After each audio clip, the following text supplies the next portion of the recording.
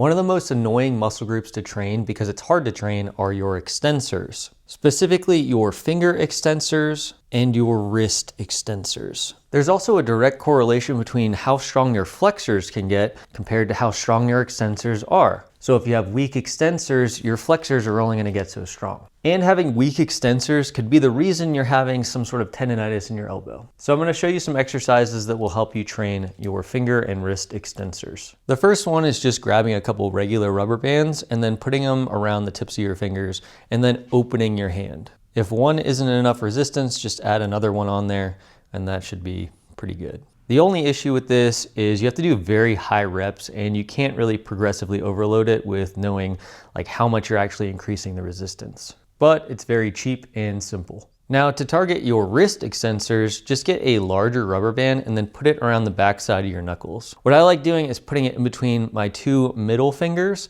and then stepping on the band and pulling backwards with my wrist. This allows for a good center point of resistance. I also like supporting my wrist to get better engagement, but this is actually a really good exercise. But again, with a band, you have to do high volume and it's really hard to track progressive overload. To make the previous exercise even better, we're gonna use webbing and we're gonna attach this to a pulley. So same setup here, but attached to a pulley. Again, supporting my wrist and then pulling that wrist backwards. And the reason this is better is because we can actually track how much weight we're using, which is better for progressive overload.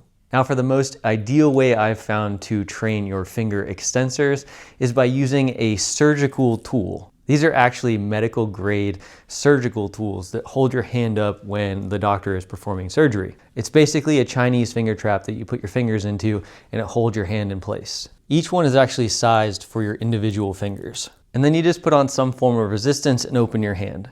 And because the finger traps are grabbing onto your fingertips, I have found nothing that beats this when it comes to training your finger extensors. But this is really way too into the weeds for me to actually recommend. I just wanted to show you the most ideal exercise. And then lastly, the most ideal wrist extensor exercise that I've come across is the Golden Grip Shop Forearm Finisher. Basically, it's just a tool that adds resistance in the places you want it for your wrist extensors. And you put your hands in just like that. In a wrist supported position, you just lift the weight up using your wrist extensors. This thing is amazing. Either way, hopefully this helps.